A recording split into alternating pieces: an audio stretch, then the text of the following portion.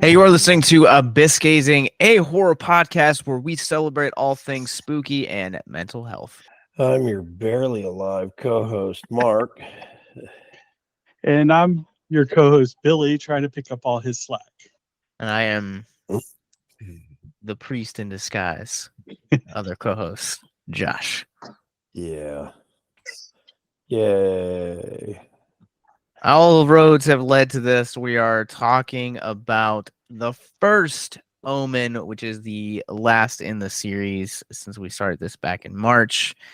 And I've already shared my spoiler-free thoughts, but you gents have, I don't know how you feel about this movie. So who wants to go first and tell me what you thought? I mean, I thought it was pretty interesting the way they tied everything into the first movie, into the original. I mean, it's a better entry into the series as a whole. Although the whole time I kept sitting there wondering why the lead actress looked like a cross between Alexandra Daddario and Henry Cavill. Like they got together and had a kid. And couldn't get over it most of the movie. But yeah, I mean, it's a solid movie. It's probably the second best in the series next to the original. Okay. I actually agree. This is the second best next to the original. And I do think this is one of the better ones. And they did, do a lot of things with the story that kind of tied it all back together, kind of made everything make sense. This one, fits into now's time frame, but still went back to the original to kind of, get that whole story. Well, they've also set it up to do sequels off of it without having to deal with Damien. Yes, and I'll just kind of rehash a little bit of my thoughts. I agree with both of you, first off, but I also disagree. I hate it.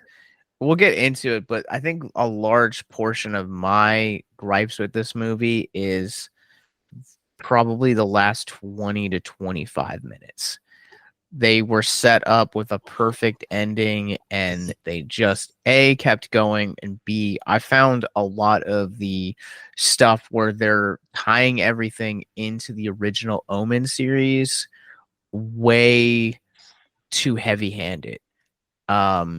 And maybe it's because I've seen Immaculate and you guys haven't, but this movie feels very much thematically, almost narratively, like beat for beat. This feels a lot like Immaculate beat Omen to the punch, and I think does a lot better job to serve as a story like what the first Omen is trying to tell.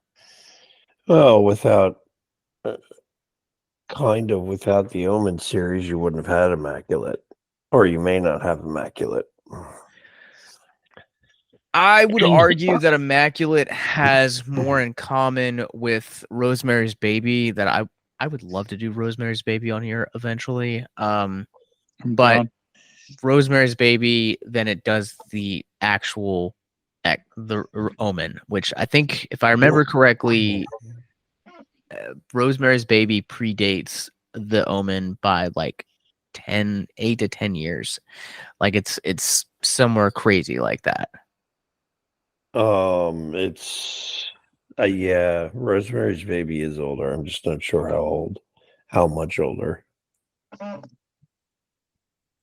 I will look and I will check this out. Yeah, 68. That's what I thought. So it's an entire 10 years older. We are boring Mark already. No, Mark is sick again. Mark is sick, hanging in there. But yeah, he's a trooper.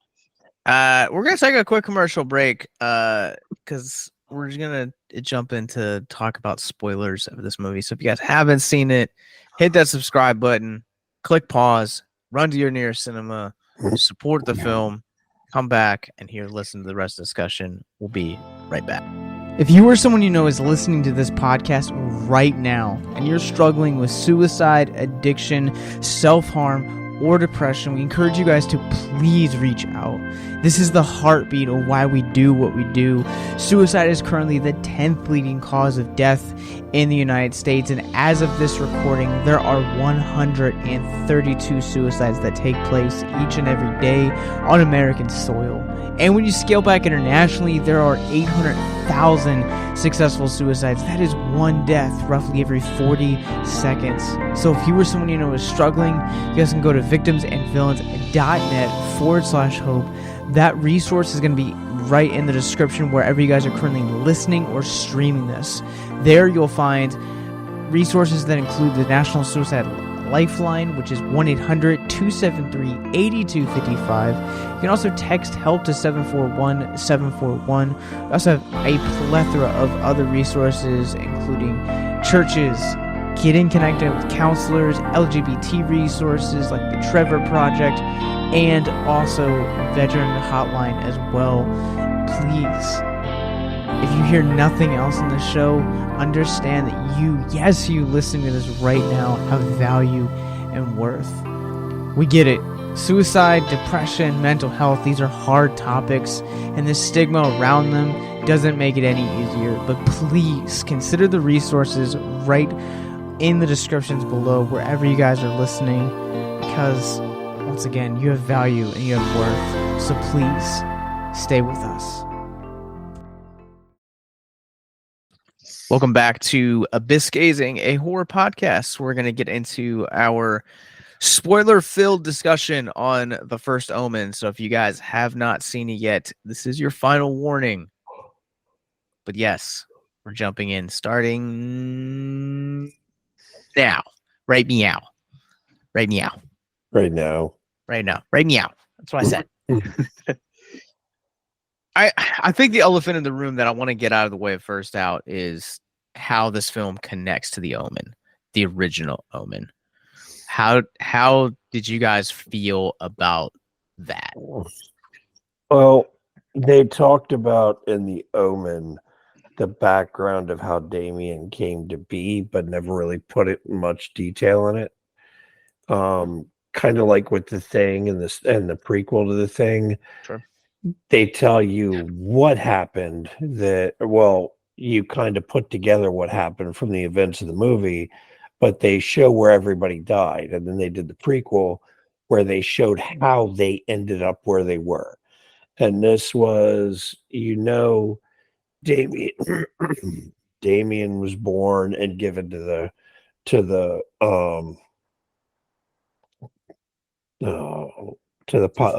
diplomat. There we go. Yeah. To the U.S. diplomat to the UK, and they kind of give you little bits and pieces of the story. So they had to take those bits and pieces and put a coherent story to it. So that's really all it's tied to. It's just putting coherence to those little. This is kind of what happened, as opposed to this is how it ties to the whole movie. I think for me the part that kills me is the fact that I think they do a great job at kind of creating cohesive stories, because they essentially had as a metaphor, they essentially had maybe 4 pieces of broken glass to create an entire mirror. Yeah. And I think they do a good job at that. I think for me, a large portion of what comes into play for me is how heavy-handed it gets towards the end. I like the callbacks, the opening scene between the 2 priests. They definitely redeemed Father Brennan in this movie from what he was in the original film.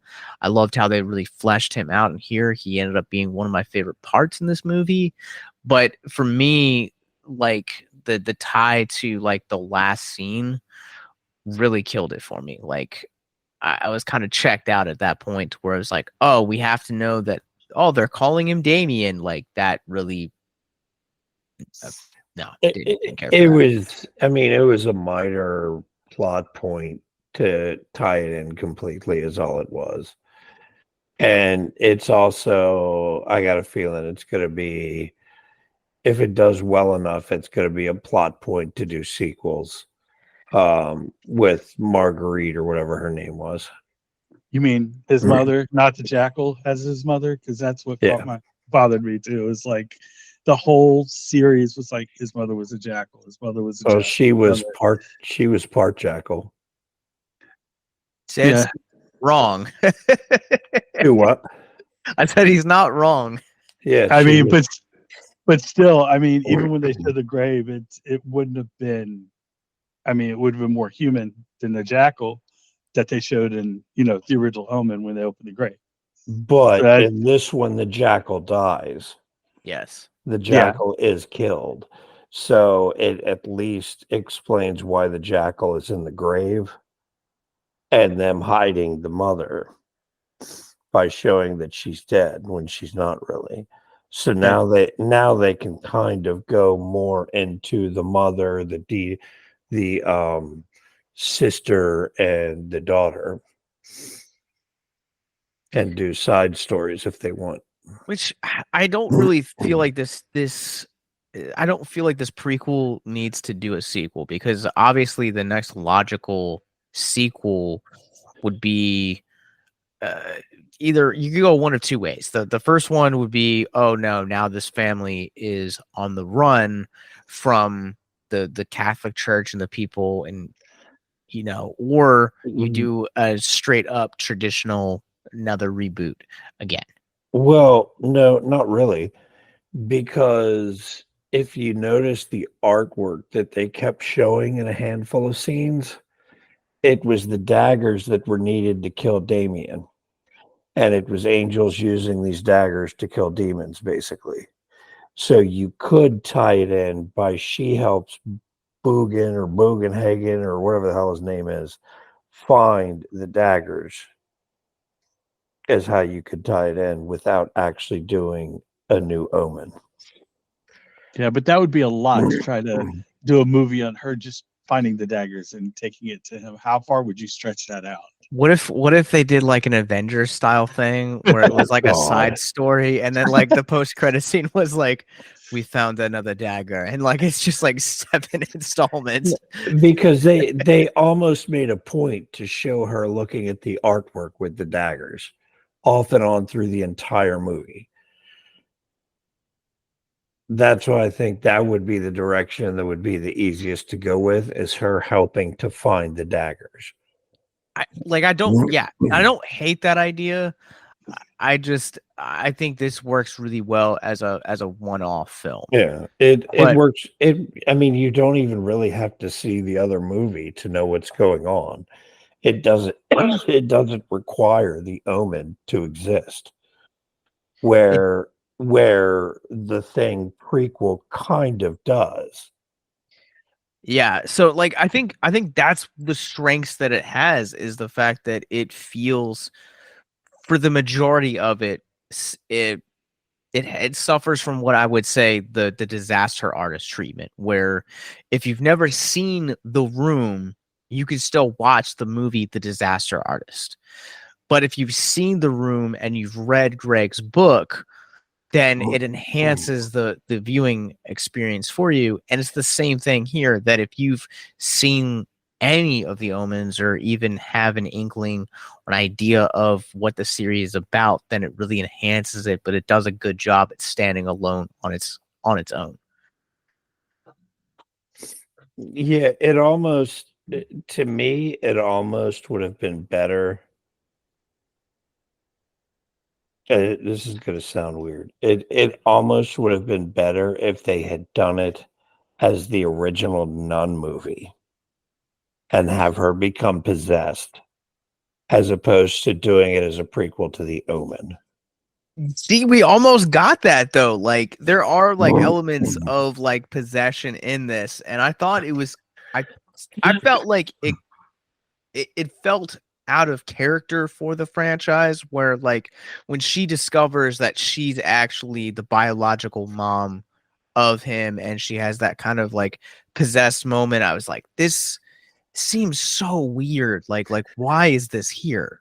Well, I mean, once again, me being me, I had pieced together that she was going to turn out to be the missing kid at the very beginning of the movie. Yeah.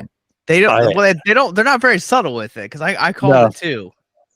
Yeah, they're not. They put too much effort into trying to tell you it's going to be the other. Was it Carlita or whatever crap her name was?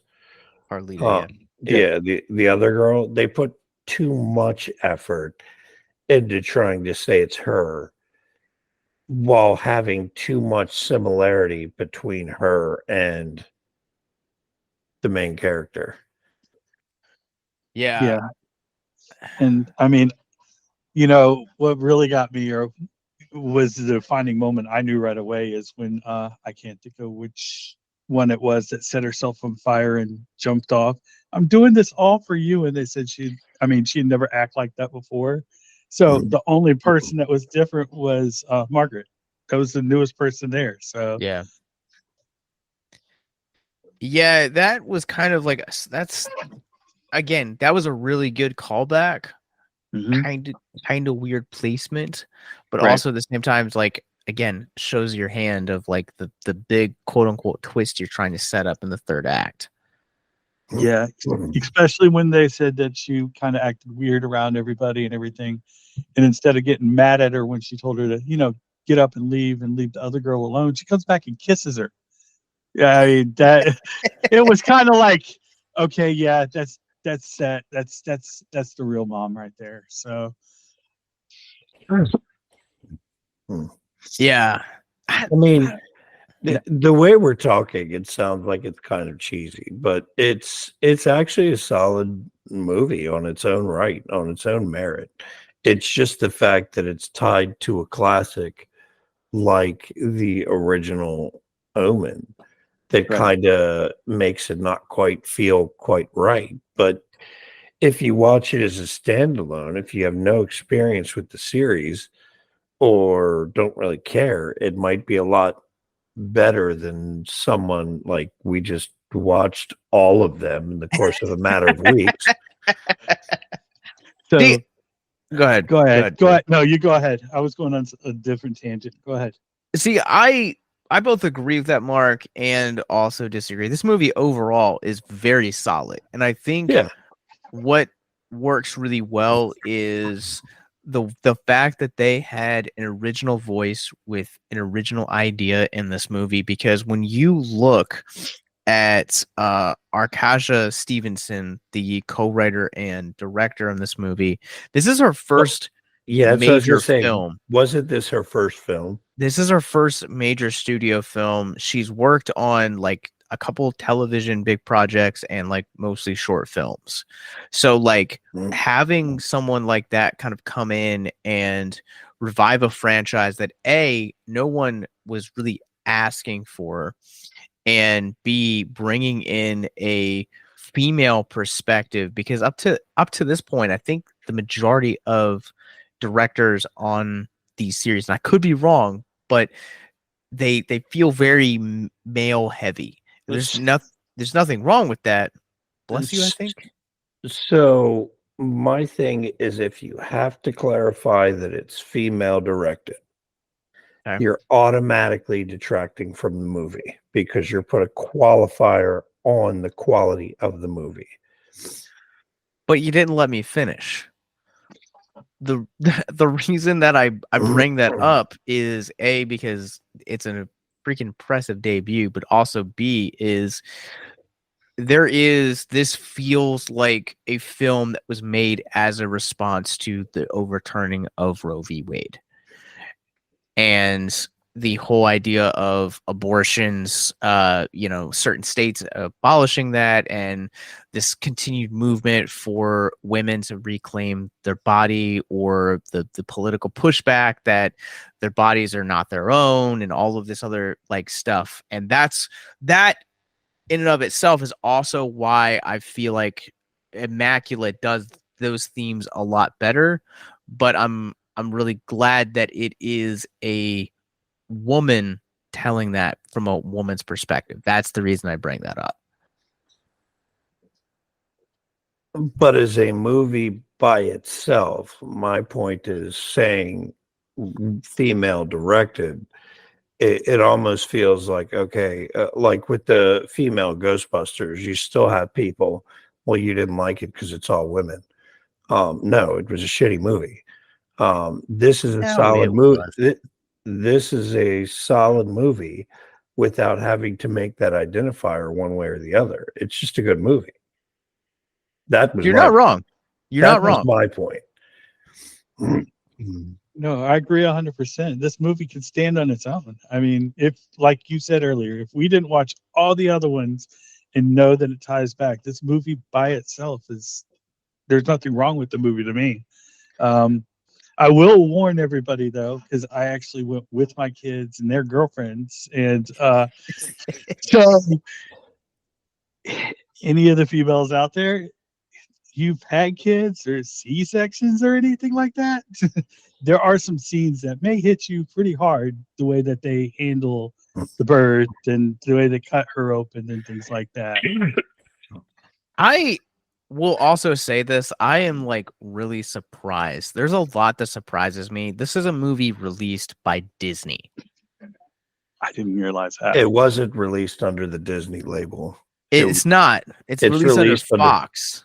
Right. So, That I makes mean, more you could sense. say that all day long that it was released by Disney, but they did it by releasing it under a different label. They've been Yes. doing it for decades. Yes. Touchstone's a great if you know about Touchstone Pictures, that was kind of like their Buena Vista Studios released Yep. Crow. Yep. So, But the reason I bring that up is because I bring it up that it's a major studio release because there are some like really graphic things that Billy pointed out here where like there's like an illusion where you actually see like a birth coming out of like the birthing canal, and then that beautiful ode to possession in the freaking third act.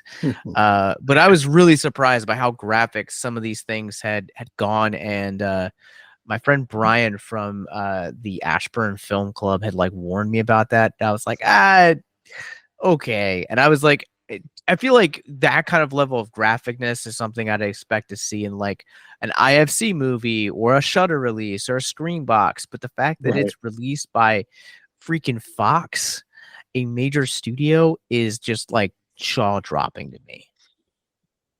Yeah, the special effects and the graphics and everything were like ridiculous on it, to where, I mean, if you know, it's like you're sitting there and like you said, the bird that came out, and all of a sudden you got a demon hand that comes out in one of the scenes, and I was like, that's just classic, great, but at the same time, just wow.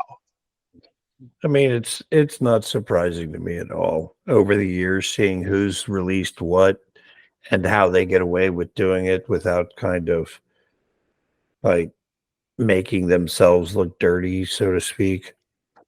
It's not surprising at all to me. Interesting. I think you might be the only person I've heard actually say that exact statement. Why? Because he's Mark.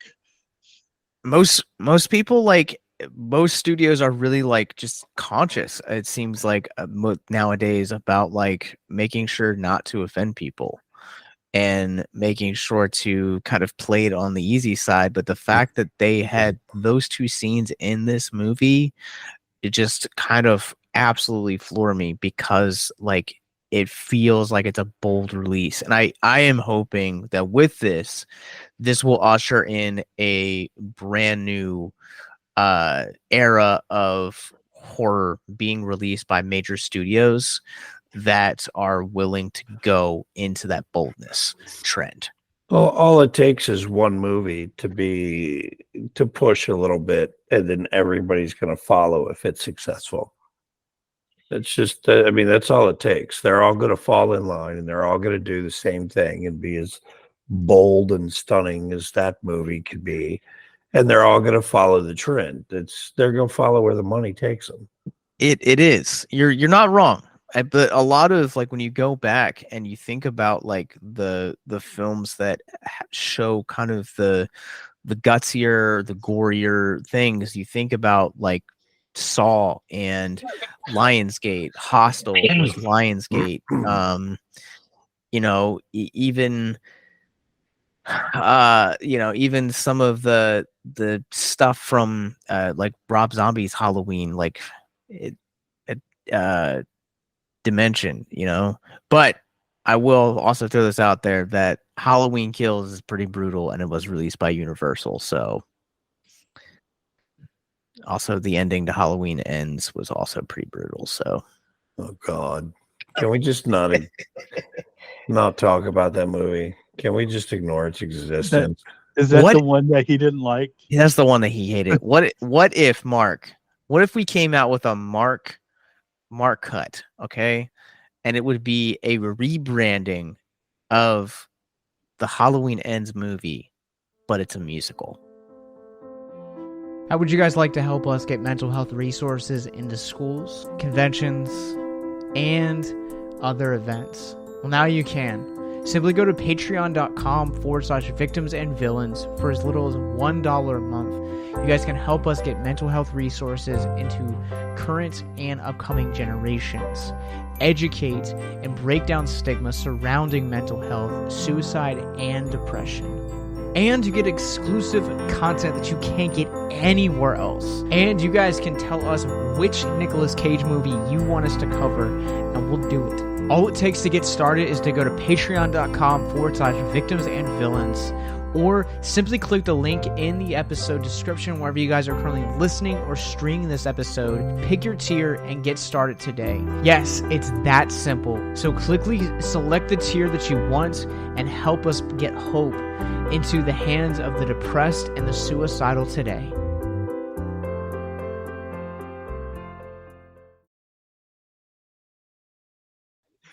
That may be the dumbest thing I've ever heard come out of your mouth. I know you love Are Halloween Ends and musicals your musical. favorite, Mark? Don't be dumb. Nah, you can't tell me what to do. Musicals, my guy. Musicals. There's another person here now, so if we ever decided that we wanted to do a musical, we just got to vote on it. We make an edit on one of these podcasts and make it like he's singing a musical the whole time. See, Billy would vote to do a musical just to annoy me. No other reason. I watched Mean Girls recently, the newest one. I mean, Oh, It's God, great. I'm sorry. It's a great movie. It's a great movie. Mark, I've watched musicals. I've try grown up not on to. musicals, I'm sorry. like Sound of Music.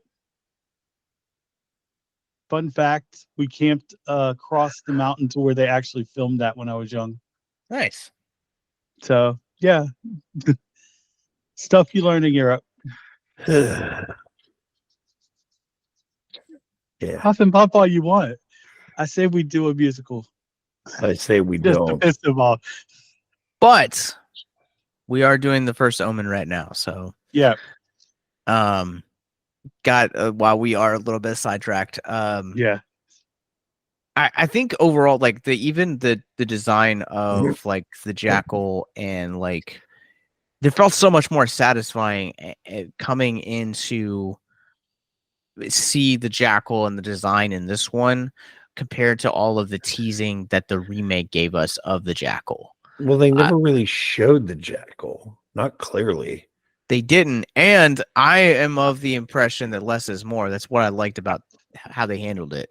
I was going to say I like the fact that they didn't say, "Look over here." They were more like, "Yeah, it's kind of over here, but we're not going to show it to you." Versus the Margaret and everything, where they're like, "Oh, look over here," but yeah, it's blatantly obvious she's the one that's it. I really wish they would have showed it more because it is like Mark was saying, it is a blink and you miss it cameo when they set him on fire at the end.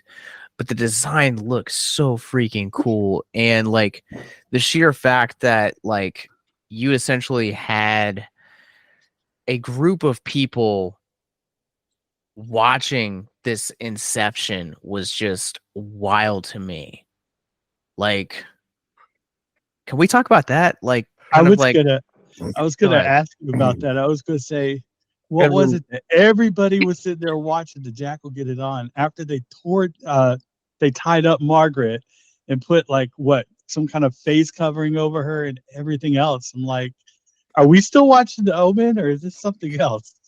It reminded me of Midsummer. Yes. Yeah, like I just the secret society within the church, like that is one thing that I kind of would love to see if they decide to do further installments into this new whatever they're gonna call it, trilogy, universe, whatever. I would love to kind of see that explored because they do such a good job at like hinting at it and like briefly exploring it, and we see it with I think the character's name was Luce, if I remember correctly, but she's Margaret's roommate in the Yeah. beginning, and you kind of see like she's like this like party girl, and she's like ready to become this nun, and ultimately like she gets indoctrinated into this like secret society. I I don't just think she was indoctrinated. I think she was part of it from the very beginning. maybe that's the Yeah. wrong choice of words. Maybe you're right. Maybe you're right. But that's the secret society was probably one of the most fascinating elements of this movie. Yeah. I mean, when they actually inducted her, I guess is the best way for me to say it. And they put a ring on her hand, and then she basically laid on the floor. It's like, okay, that's not what I was expecting, because I was expecting the standard, they're bringing her in, she's becoming a nun, and then that's when the whole story kind of laid itself out, when everybody else came down, laid next to her, and started chanting. So I don't have enough knowledge of that process to say one way or the other. So I I don't know how that whole thing works. having seen Immaculate about a week separated from the Omen, the process is very similar. It's very similar to like a bar mitzvah where a boy becomes a man, where he reads from the Torah, or like watching a baby being christened. It's very much like you're in a room full of people and you have a hierarchy where you basically have the clergyman or whatever the guy is that's bringing in the starting the process. So you have that, and then the ring and like the face down, like that to me, I don't know if that's like how it does, but I do know that they do get the habit at the ceremony, or at least a portion of it. So that portion in the movie is accurate. right, and that's what I figured, that portion was accurate, but the rest was, I kind of geared towards the secret society, or the we're going, and this is our kind of bond thing, of that we're going to take care of each other, or something to that effect. Honestly, You can laugh. the reason I'm laughing is because the scene where she like falls down, and it's like it is them bringing her into the secret society. It didn't click for me until you said that, but it reminds me of that scene from The Simpsons, the episode where Homer becomes the stonecutter and he has to go through the indoctrination process. Like it feels very much like in that same vein. Yeah, so many movies I've watched have the secret society where they give them a ring or a pendant or something like that, which is what made me trigger and think that. I recently saw a theory saying that the reason why nobody has aged in The Simpsons is because in like season 5 that Homer actually is stuck in a coma and everything's happening in his head. Oh, I've seen that one. that's kind of dope. Okay. Now they're in the middle of season 30 something and no one's ever aged. That's not necessarily a bad thing. I mean, I feel like that's just kind of the nature of cartoons. You look at like other things like Rugrats, Hey Arnold, Doug. But how many of them have gone that long? That's also fair. I mean, Family Guy is a great example too. Family Guy and American Dad have gone for over 20 years at this point. Yeah. All right. Anything else you guys feel like we should tackle or that you want to address with First Omen? I think we No, did everything. Yeah. I think overall it's a solid movie. I would love to pit this, do a dual episode where we pit this against Immaculate to kind of see which one you guys like better. But yeah, this movie is it. This brings the Omen series to the close. So, what is the final ranking now that we've seen all 6 movies for you guys? Go ahead. Probably 1, this one, the remake. No, 1, this one, 3, the remake, 4 and 2. Billy? I'm about the same with him, but I mean, I might switch 3 in the remake. Like 1, this one, the remake. I think Yeah, 3, Sam Neill's the 4 performance too. made that whole movie and made it what it was. Yeah. No, I agree, 100%. Yeah, so I go 78, First Omen, Omen 3, remake, Omen 2, Omen 4. So we're all pretty close. Yeah. Except for 2 and 4. Yeah. 2 I'm sorry, man. 2 was too boring. They're both throwaways to me. 2 was Honestly. 2 was just all over the place. Yeah. 4 And was 4 was just stereotypical 90s cheese. 4 was a horror problem child. That's all it was. Seriously. Sam Neill makes 3. The ending is kind of what kills that one. Yep. The remake is okay. They did a remake in the vein of the Chainsaw Massacre remake. It just wasn't as good. This one was real good, and the original is a classic for a reason. Yeah. And you can listen to all of our episodes now. Go to your podcast catcher, search Abyss Gazing, wherever you guys get them, and hit subscribe too. Mark, where can we find you? I think I've actually been updating some painting stuff recently on some display model. I'm working on a display model I'm working from Mindwork Studios. Titanium Juggernaut painting on Instagram. Billy. I could be found on Facebook, WTaber3. You guys can find me. I am on Letterboxd at Captain Nostalgia, and you guys can also follow our parent company, Victims and Villains. We are on Facebook, Instagram, YouTube, Patreon, and wherever you guys get your podcasts from. Next week, we are blasting off to talk about killer clowns from outer space. So we're gonna get goofy after all of the disaster that was the Omen series. But until next time, remember, the longer you gaze into the abyss, the more the abyss gazes back into you.